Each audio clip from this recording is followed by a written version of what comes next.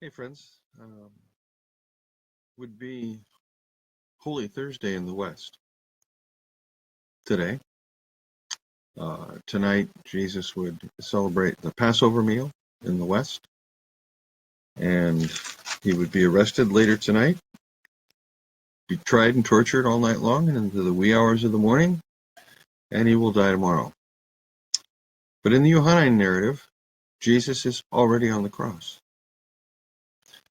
He's on the cross outside of the city. And the Passover lambs are being sacrificed in the temple, taken home, and being prepared for the meal the next day, that is, after sunset in that evening. For the Johannine writer, Jesus is the true Passover, the one whose blood covers and death can no longer rule over us. That's the Johannine narrative. But I was going to talk about all this today. But I decided that instead of that, I was reflecting on a text out of Colossians, and that took me on some bunny trails, different places, and I thought, well, this is interesting. I think I'd like to explore this for this Holy Thursday, because in a sense, we call this Passion Week, and the whole thing is about the Passion. It's a judicial week. It's a week. It's like the O.J. Simpson trial week, or something like that. I mean, it's a judicial week, juridical week. It's all about the law and witnesses and violence and sacred structures.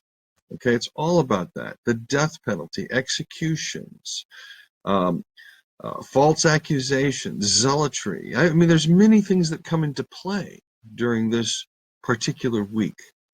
And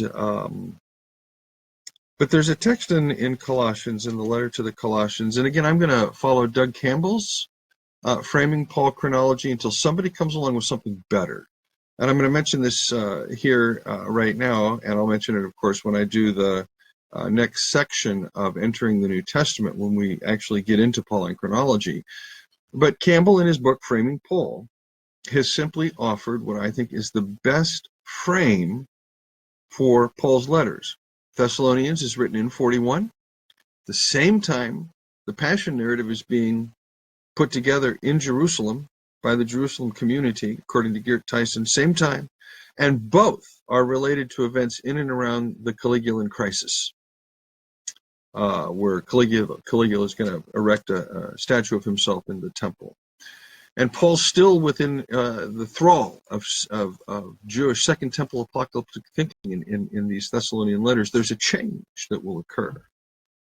And then in the early to mid 50s, Paul is arrested, and there is a little series of letters: Colossians, Ephesians, Philippians, Philemon, and then Paul will head to Ephesus. And from there begins the letter writing activity from late 50 through mid 52 of all the great letters we know of, to Corinth, to Galatia, to Rome. I know I'm missing something somewhere, but you know what I'm talking about. So Campbell's chronology is what I'm going to follow. So Colossians here is written right at the same time Ephesians and Philippians would be written. And Colossians is a church Paul has not met, nor has he met the church in the letter to the Ephesians, which I believe Campbell correctly identifies as the Laodiceans. Paul has not been to Ephesus yet, and this letter fits better a church there in the Lycus Valley. And the beautiful thing about Ephesians and Colossians, of course, is that they're sister letters. And there are a number of explanations for their literary relationship, but the best one, I think, is that Paul had a copy of his own letter to the Ephesians, and he used his own material. As a writer, I certainly know how that's done. Most of my mimetic theory and biblical not most of it, but a chunk of mimetic theory and biblical interpretation, perhaps a third of it, came from various Facebook posts I ended up doing, and I modified them and edited them for the book. So that Paul could use his own letters makes sense to me. That he had his copies of his own letters makes sense to me, and that's why you have a nice relationship going there. But in Colossians 1:24, Paul says, And this is what's going to bring us now to the theme for the day, which is not just the suffering of Christ today. And again, you know I don't work with any penal theory of the atonement. And you also know that I work with Rene Girard's mimetic view of this, but I want to explore something with you in this video together that I haven't really done before in writing or elsewhere. That's just part of the way I see a day like today. He says in chapter 1, verse 24 to the Colossians, "Now I rejoice in what was suffered for you, huperhumon, on your behalf." That's Eucharistic language, huperhumon. This is my body given, huperhumon, for you. And here you have this Eucharistic language being, "Now I rejoice in what was suffered for you." And Paul says, "I fill up in my flesh what is still lacking in regard to Christ's afflictions." Now listen to this. He says, I'm filling up in my flesh that which is lacking in Christ's afflictions. This is a total aside, just popped into my brain, but the finished works of Christ, people, you know, they have their whole realized eschatology and everything. This is where you need a theology of the cross. You see, Jesus' work is not finished. The Father's work of creating is finished. He created the true human on the cross. Jesus' work is not finished. Atonement is not finished. It's something we participate in.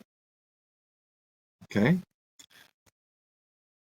We're going to come to a text in Mark where Jesus makes that abundantly clear. Atonement is a process we bring about. We bring it into the world. It's not just a metaphysical message. It's a lived reality. The world has to see this.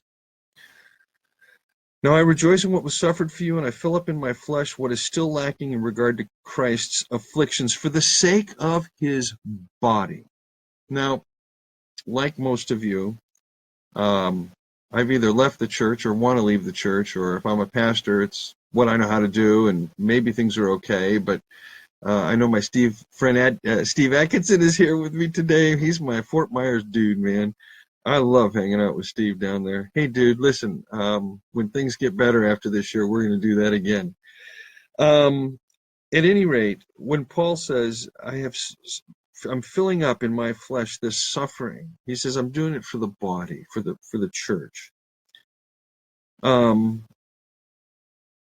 I think it's important for us to somehow, even those of us that have been burned by the church, consistently rejected by the church, and that's me. I mean, I can lay claim to that. I really can. I've just never really been accepted anywhere. I really haven't. I've been booted out of more places than have taken me in. So, yeah. At any rate, but I still love the church. And here's the thing: is I still love the faith, and I love the faith of the church. And there's so much good and well thought out and important stuff in Christianity and Christendom, and that there's so much there, richness in contemporary and post Enlightenment research into the Bible. And of course, you got to sift through the crap. You gotta. It's just that's what all scholars are, is that they're sifting through the dump of all these theses, looking for the discarded gold, you know.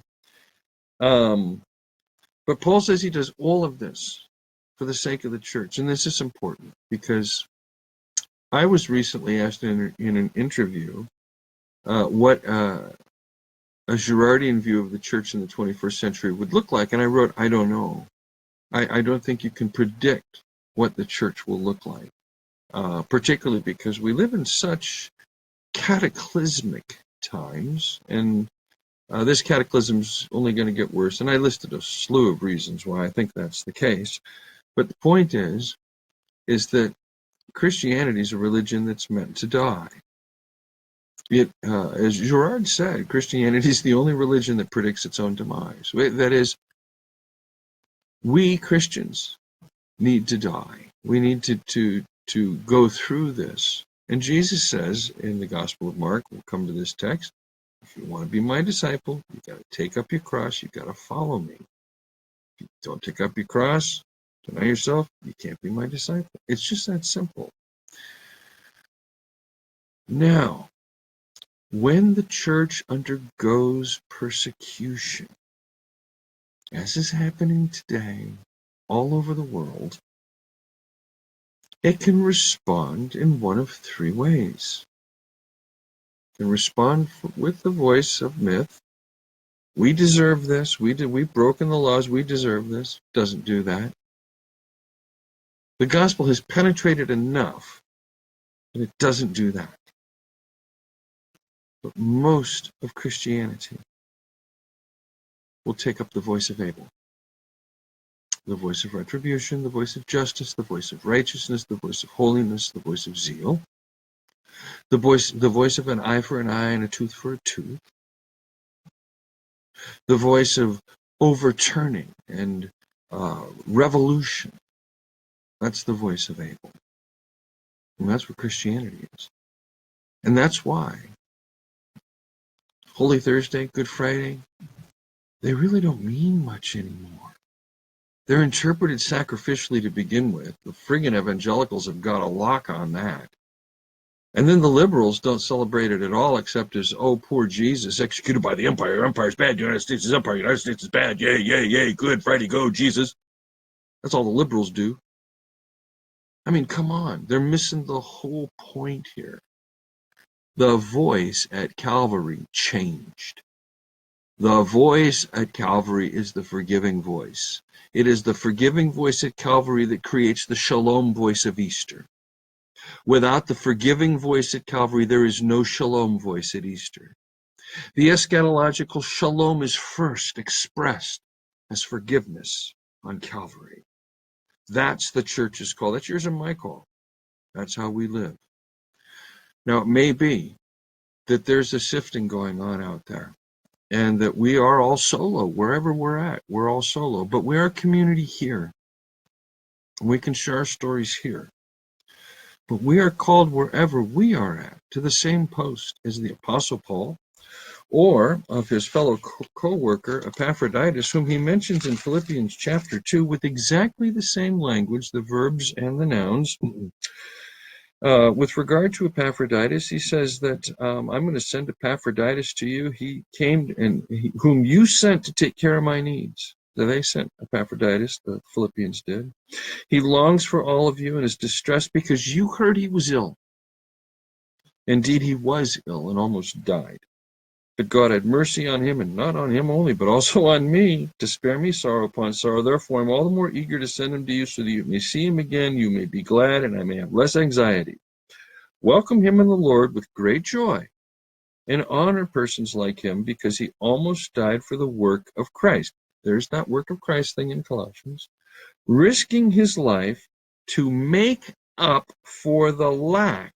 There's that language, to make up, to fill up for the lack you could not give me. Of course, here the translators have to make up for the help you could not give me, but that doesn't quite capture the nuance, nor does it note that you have those three particular things together: the work of Christ and filling up the afflictions. In Mark 8, Jesus himself says the path of discipleship is an atonement path. This is exactly at the turning point of the ministry. In John 6, this turning point is because the crowd wants to make him king. Those of you that are good mimetic theorists know that kingship patterns arise originally from victimage patterns, having to do with the divinization of the victim, and then the expanding of the time between the selection of the victim/king to their execution. Eventually, kings learn to lengthen that time and have others take their place.